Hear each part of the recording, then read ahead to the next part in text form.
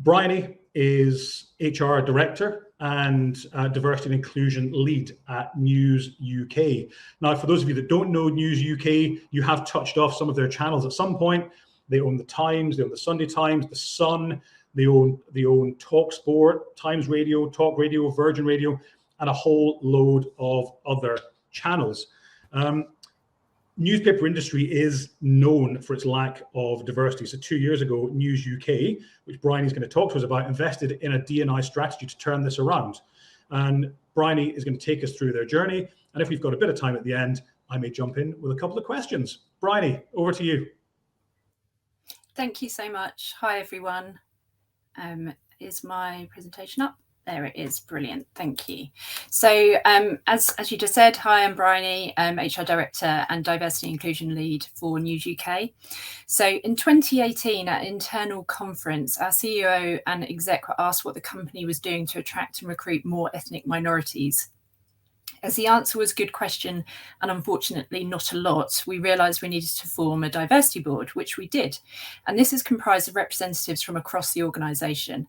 When we formed, it became very clear that we needed to understand our diversity statistics before we could create a strategy. At this point, all we had was access to gender and nationality as these are required by law. But this didn't tell us anything about ethnicity, sexuality, or background. We could look around and form a judgment, but not all aspects of diversity can be seen, as you know. Therefore, it was clear we needed to do a survey and ask our employees for this information. We store this demographic data and ask all new starters to complete the survey. So once we had access to the survey data, and at the beginning of lockdown, we worked with a company called Creative Equals to create a strategy over a number of online working sessions. And we identified several issues that we needed to address. Firstly, barriers to entry. Secondly, barriers to progression. And thirdly, barriers to inclusive products.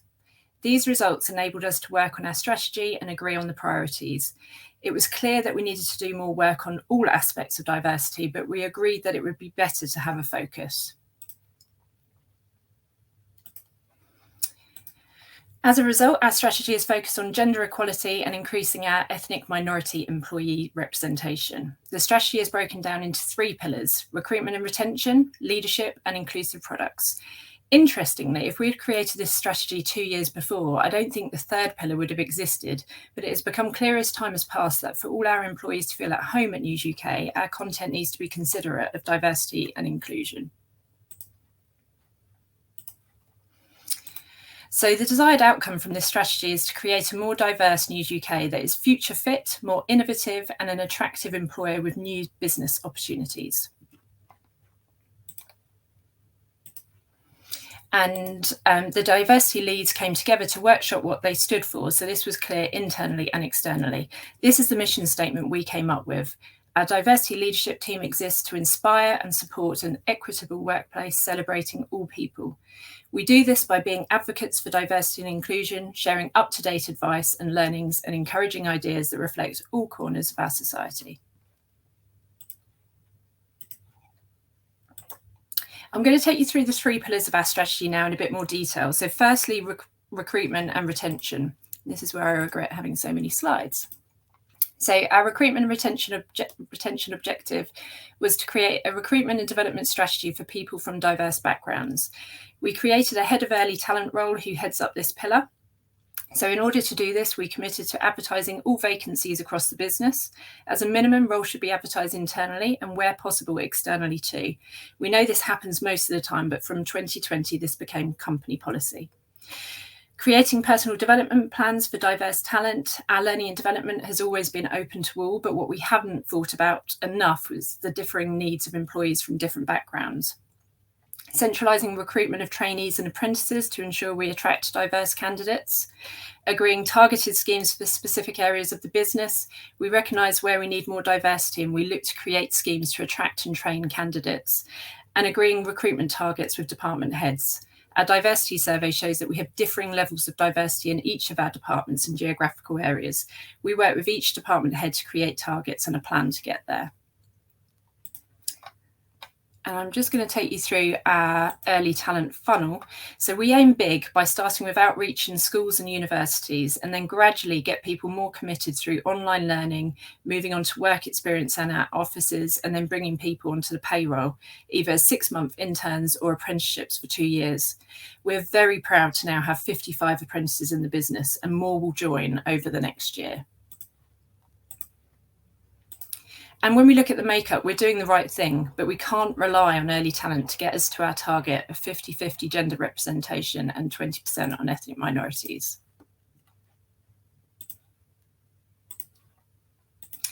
And that's where we have come up with other initiatives such as NBadge, the Network for Black and Asian Journalists. This is a LinkedIn group that exists for media companies started by News UK. We post jobs to our ethnically diverse group to ensure that everyone is hearing about the opportunities available in the media. And then we have the Disability and Journalism Forum, which we started in March this year. It was a conference for media professionals to attend and learn more about living with disabilities and accessibility. It was the most inclusive conference I have ever attended, with closed captions and signing for the audience, whether they were in the office or attending virtually.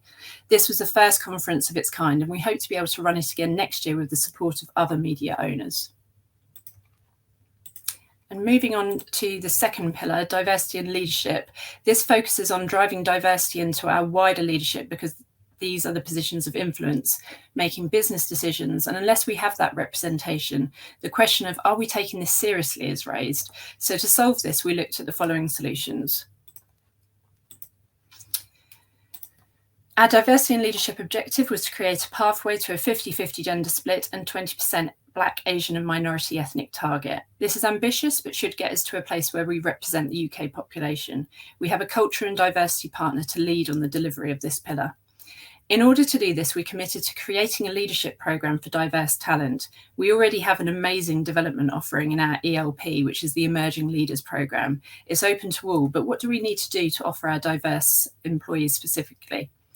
Regularly reviewing alleged discrimination. So by tracking alleged instances of this, we can recognise patterns and issues and take measures to stop it happening again. Our legal and HR teams keep track of this for us. Creating ally training for all employees. Since the death of George Floyd and the subsequent Black Lives Matter protests, we know that many want to help regardless of the colour of their skin.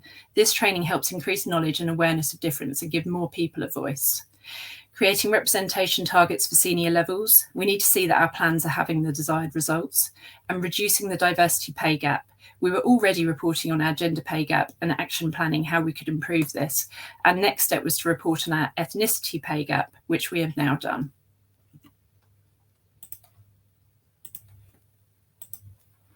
We have to promote and nurture our current diverse talent to give them the tools and opportunities to be able to take on these senior roles. We launched an internal diversity and inclusion development programme available to all and comprising of 3 modules: exploring unconscious bias, creating an inclusive culture, and allyship. And we measure which department employees are from, which location, the impact that these are having. In the first few months alone, we saw a 95% increase of awareness on unconscious bias from attendees who have attended the workshop. New starters also go through an induction to D&I, so they know what we do as an organisation and how they can get involved. These were further developed to fit execs and senior leaders and what this means for them, as well as introducing a new diversity thread through our Emerging Leaders programme. We trialled spot coaching and therapy for employees from ethnic minority backgrounds. Spot coaching is a 1-hour, one-off session with an experienced leadership coach or therapist to work through whatever the delegate needs. With this support being offered specifically for our employees from an ethnic minority background, every single slot was taken, and we even added an additional 11 slots, demonstrating the need for additional support for our ethnic minority population. Following the overwhelming positive feedback from employees, emphasising that it's the first time they've been able to speak to someone who looks like them and understands the complexities of what they've had to deal with in a work environment, we were able to make this permanent. We've now added to our suite of coaches and therapists available to ensure that we have those from ethnic minority backgrounds and the LGBTQ+ community, and more recently are looking at how to expand this into the disability space. We've also worked with organisations when we've had particular requests, for example on neurodiversity, or to offer bespoke training for example, for women. We've learned that not one size fits all, and we need to have an array of options to cater to everyone. Over 1,350 people internally and externally have been trained in D&I. 1/3 of the workforce who have voluntarily chosen to attend a D&I related workshop, and over 240 hours have gone into coaching, mentoring and therapy. More recently, we've launched a sponsorship program for our female and ethnic minority talent to be sponsored by an exec member and to attend training sessions.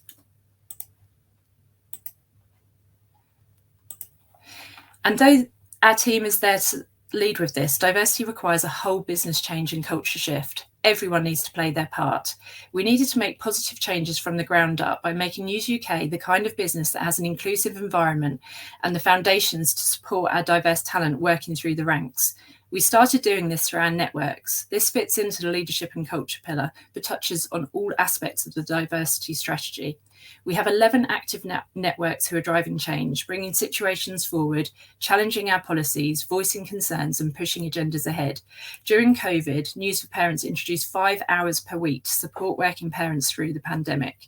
Our Cultural Diversity Network, a voice for Black, Asian and ethnic minority employees, proposed a sponsorship programme for women and ethnic minorities, which was presented to the diversity team, who along with the learning and development team designed this into a programme which we've just launched. We have a network of network representatives that meet once a month to analyse current situations, language and come up with solutions to be a part of that change and get real insight from our diverse employees. And using this network, we analyse learning and development leadership content and learned that language was unappealing to parents, specifically women. When we unpicked the diversity data of applicants, it showed we had many women look at the course information, but only men had applied for the courses. Once the applications closed, we saw 39% of applicants were women. We were able to change this with the direction of these networks, which had never been done before. A network handbook has been created with the aim of providing structure, processes and guidance on how to form and manage a network at News UK. This also promotes a shared diversity calendar with all key events and collaborates with learning and development, internal communications and health and wellness to coordinate events and key moments across the year. We have diversity action groups in our broadcasting department and in different geographical locations in Ireland and Scotland, as we recognise that the needs are different. And we know from our qualitative data from our annual engagement survey, employees want to be involved and be a part of the change. To be able to improve from the inside, ensure that we do not create animosity, we need to hear from all employees in order to understand the changes they want to see and put in action plans on how this will work in practice. Through surveys, through focus groups and anecdotal feedback. If everyone understands we all have to go on this journey together, how it affects them and how each individual is part of the we, and that the onus is not just on our diversity team to do this, they will buy into it more. And we've just introduced what have you done to contribute to the diversity and inclusion strategy into our personal development reviews, so everyone knows that they have a part to play.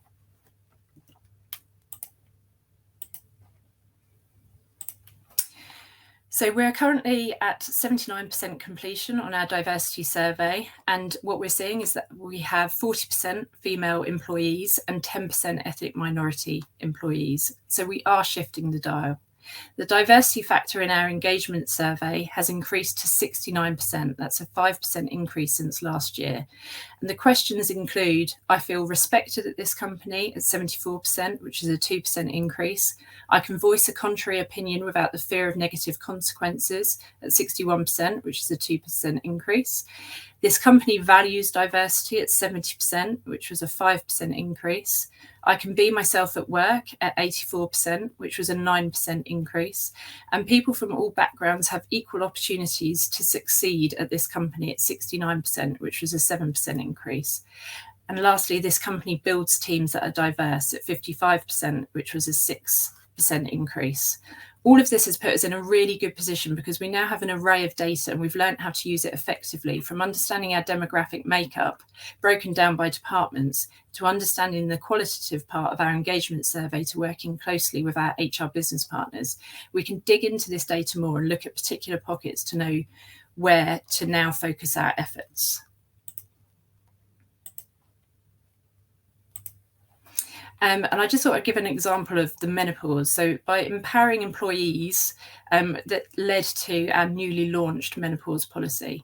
So we launched a women's steering group in 2021 with an initial workshop. Many of the initial attendees outlined the changes they'd like to see and particular projects that they wanted to work on and get involved in, from infertility to closing the gender pay gap and how we support women going through menopause.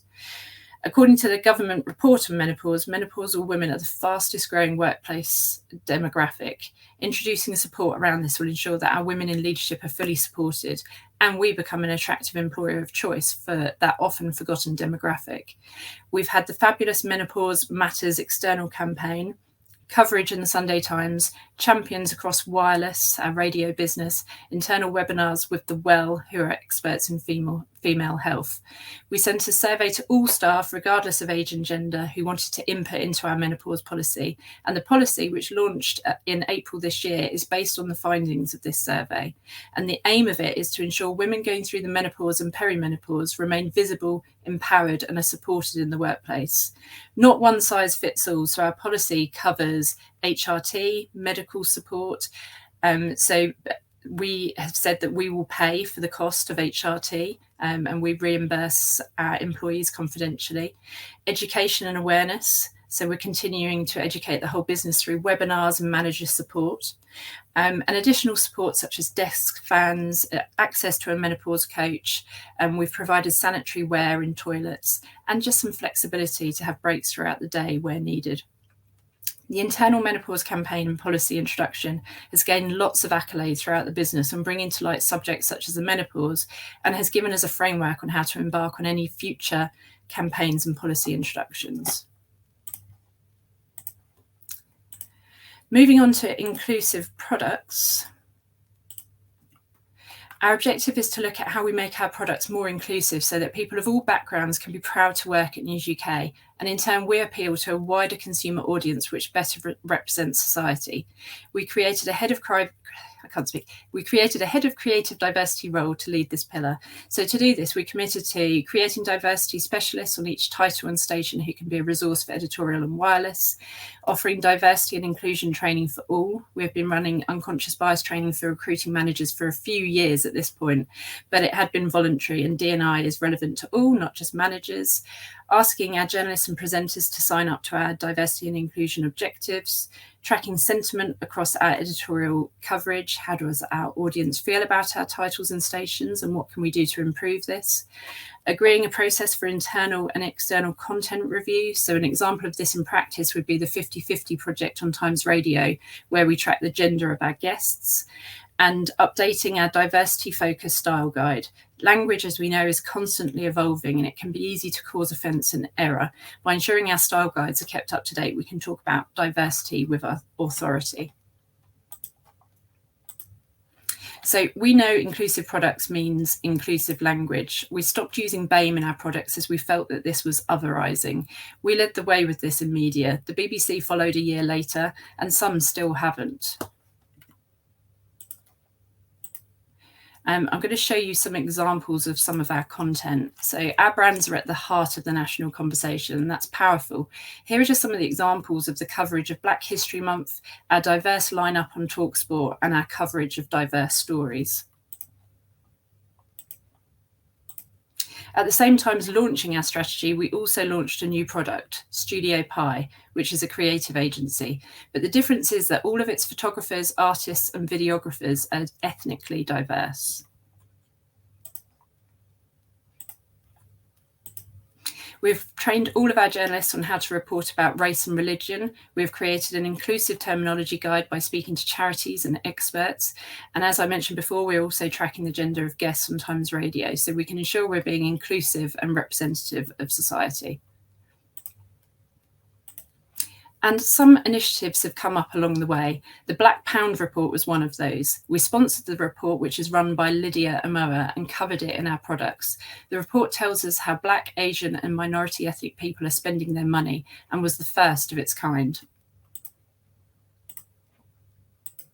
Another initiative was Virgin Radio Pride. The content director for Virgin saw an opportunity in the market for an LGBTQ plus radio station, and the diversity team and our News Is Out network were able to come together with the radio team and make it a reality. It has now had 2 successful pop-up years, which means it is on during the Pride events of the summer. It is a selection of fabulous music and incredible documentaries and interviews. It's been an incredible journey, and one that's not been without its learnings. We haven't always got it right, but we've evolved along the way. And what we've learned is that solutions must be bespoke to us. News is a unique organisation. It's a legacy organisation. And where we've tried external solutions and courses, they haven't always fit us as a business. Ensuring that solutions are bespoke allows us to be more flexible for our diverse and nuanced population. Diversity must be missions focused in that it needs to work hand in hand with our strategy. Recruitment versus retention. What I mean by that is we need to put as much focus on the retention side as we do recruitment. Otherwise, we end up with a leaky bucket.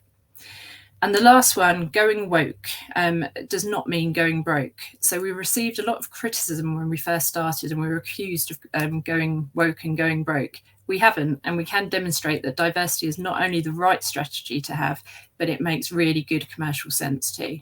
Thank you very much for watching.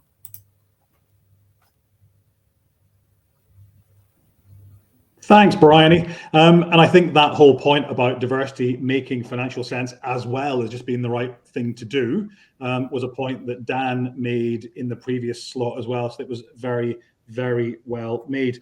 I also love that idea about having taught your reporters how to report on these issues and that whole idea of terminology, because I do think that for lots of people, it's not spoken about because I'm worried about using the wrong word. I'm worried about saying the wrong thing. BAME used to be okay. It's now not okay. How do I talk about somebody? You know, our parents would say a colored person. We claim that we don't say that anymore because we know it's not the right thing to do. And I think there is that whole idea of language can be a big, huge barrier.